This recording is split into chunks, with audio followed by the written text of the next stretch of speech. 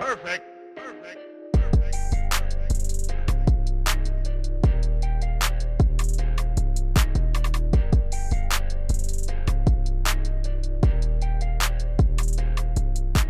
Okay, so welcome back to our channel, guys and girls. Today we're going to show you a different position working from side control. It's going to be called the north-south position. Storm is going to help me out today. Storm is actually the guy who uses this a lot in our gym. So from all the people I've showed this, he's the one who really took it to the next level, used it a lot in competition. So it's only karma that I'm going to show it on him.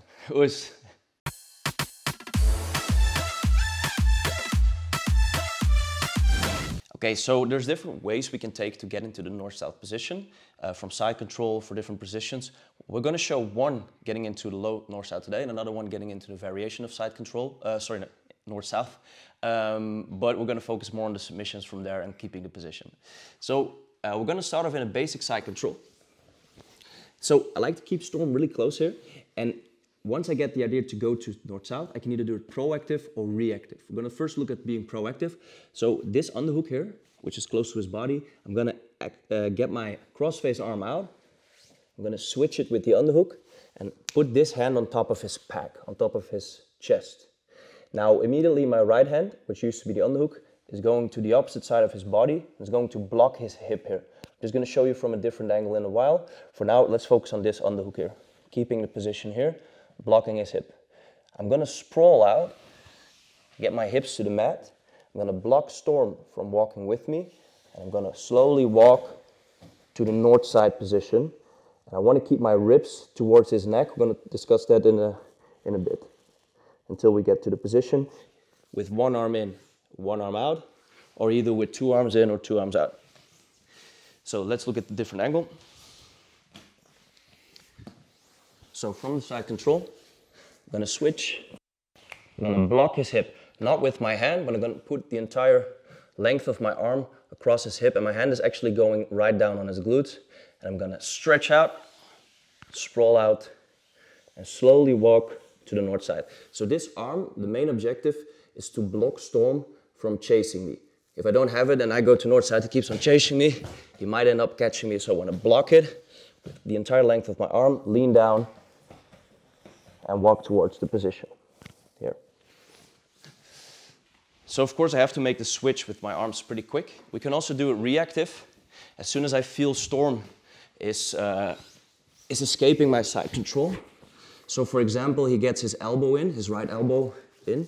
Let's see what happens. So he gets the elbow in, he's going to make the AB escape, or he wants to go for the underhook. As soon as I feel I'm going to lose the position, I'm going to get this arm out anyway.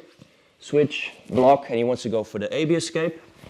Block, and I switch to north-south. Okay, so from this variation of north-south, as I mentioned before, I want to keep my ribs, the left side of my ribs, towards his neck, yeah, underneath his armpit. This arm, I like to keep my elbow in, and I want to be as low as possible on his head and on the top side of his body. The higher I am, so the more towards his feet, the more space there is in between my hips and my legs, and my position is actually worse. It's easy for him to use his legs, it's easy for him to escape. So I want to be low and get my ribs in on this side.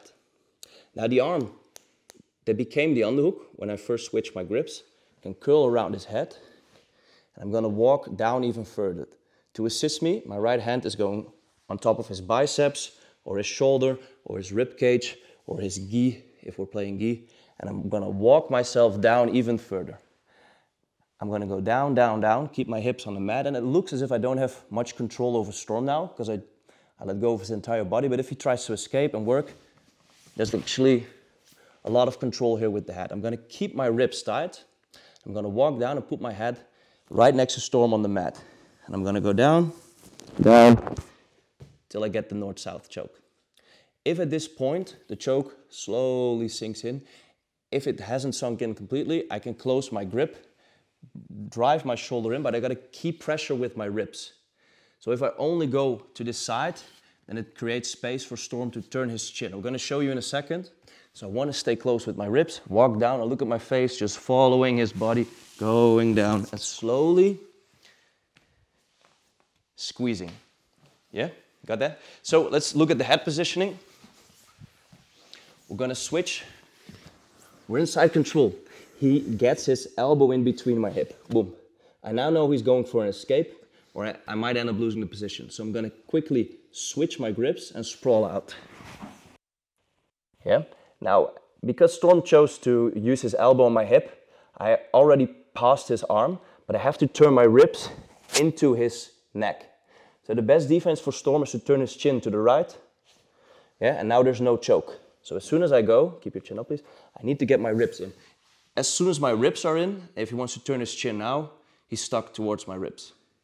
So I first walk myself down to a sprawled north-south. I'm gonna just check the head. And this arm is gonna cup underneath, gonna block and slide down, squeezing my shoulders and ribs together, laying beside him.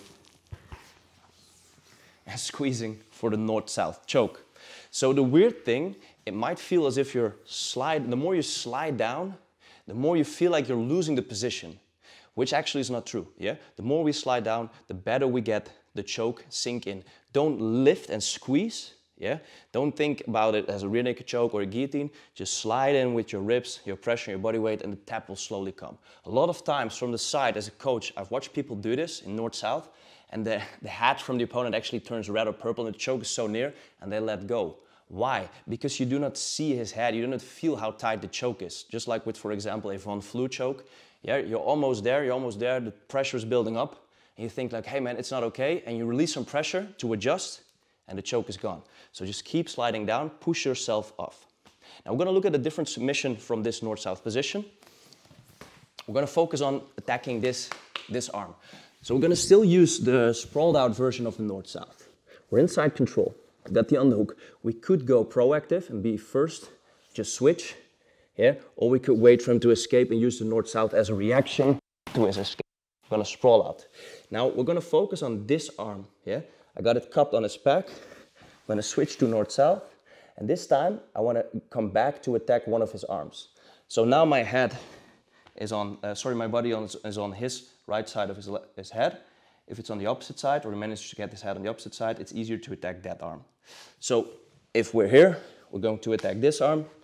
If we're here, we're going back for this arm. So the submission we're going to do from the north-south is when I get this arm in front of my body. I'm gonna keep the position tight, and I'm going to walk back up like a Ushido Kesakatami, like reverse Kesakatami, but this arm is strapped in front of me. I want to keep this arm here. So I could collect it with a grip here, flare my elbow in and turn it in, yeah? Or I could keep it here with my elbow. I prefer to get the grip and the elbow in. I keep this arm trapped here, and I'm gonna walk towards him with my hip, and my hip is gonna stay really close to his shoulder and to his rib cage. So we're not gonna be here, we're gonna be super tight and close. This elbow and my body is going to lay entirely on top of his head. Cup the elbow in. I'm gonna throw my inside leg, if possible, across his hip, over his two legs. If not possible, I'm gonna throw it over one leg. But if I manage, I'm gonna throw it up across both legs, push this down, base here, and lift his shoulder up to get the submission. We call this the scorpion deathlock. It looks like a very fancy submission, but actually had several students pulling this off, not only in sparring, but also in competition. One even winning the final match using the scorpion deathlock. I actually lost a John Denher DVD to him because I promised if he finishes like that, he gets a DVD, and he actually did it. So he got the DVD eventually in competition, and I thought it was in the gi even. So no gi, keep a tight control of the arm, flare your elbow in, control the position, walk back up, throw the leg over, preferably on two legs, if not on one leg, lift your hip, and get the shoulder tap. Okay? So we have two ways to getting to north-south. First, on my initiative. Second, response to his escape. Sprawl out, get to the north-south choke, and get to the scorpion deathlock. Now, just real quick, we're going to look at one different variation of north-south, where I'm going to turn Storm. So, I spoke about this grip being high on his back, on his chest muscle. So I switch and get this high on his back. My elbow is in. As soon as I start walking, sprawl out, as soon as I almost get to the north side of the north-south, I can go back on 2 knees, and I can use this underhook, which it kind of is, to completely turn Storm with my entire body. So I can turn Storm to the side. Now my left knee is immediately going behind his head to prevent him from falling back on his back. And my right knee is going across his face. So let's just turn a little bit. So I turn him with my underhook, block him from falling down, get my knee close and just sit on his head. Okay? Let's check it out from this side. Coming from north-south, lift him all the way up. Look at my upper body. My entire body is lifting him. Get my knee and close. Now there's, in my opinion, there's 3 levels of getting this position. The first one is just squeezing your knees together and sitting on top of the head.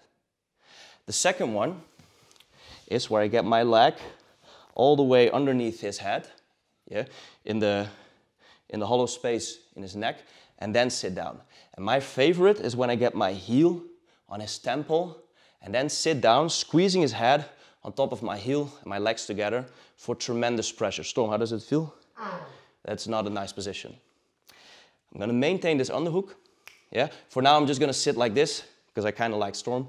And I'm gonna get this hand and grab his wrist here. Close my wrist and finish off with a basic Kimura. We're not gonna twist. We're not gonna lift forward because it brings pressure off my position. I'm just gonna sit, get a proud position, and lift with kind of shocking motion, lift his elbow towards my chest. As soon as I get it to my chest, get the Kimura grip and finish with rotating my entire body to the side. There's a few variations here. We can go for a barato plata here. Yeah, we could spin up and go for the armbar. But for now, maintaining the north-south position and sitting on his head is all kinds of fun from north-south. So guys, thank you so much for watching. Thank you so much for helping me out, Storm, with your favorite position, north-south. Coming from side control, sprawling out, getting the north-south choke, getting the scorpion deadlock, and eventually lifting him up, getting to a north-south seated position, finishing with the Kimura. Us.